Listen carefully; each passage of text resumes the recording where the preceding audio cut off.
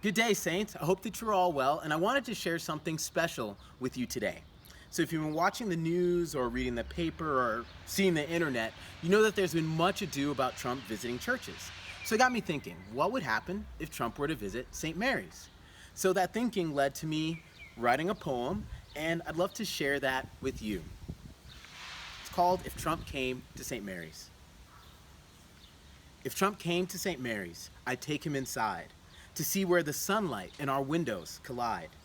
If Trump came to St. Mary's, I'd show him the pews where we pray together across difference, regardless of the news.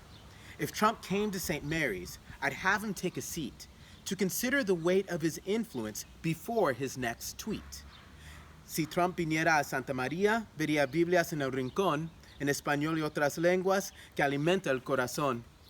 Si Trump viniera a Santa María, le prestaría algunos guantes, Puliríamos el bronce que alumbra las caras de inmigrantes. If Trump came to St. Mary's, he could see our steel pans and how much of our country's greatness comes from other lands. If Trump came to St. Mary's, to the altar I'd point, where we break bread together while this country is out of joint. If Trump came to St. Mary's, he would see the brass glisten, and I'd tell him of our struggles with the hopes that he would listen. If Trump came to St. Mary's, I'd show him our board. He'd see all of our families, all equally adored.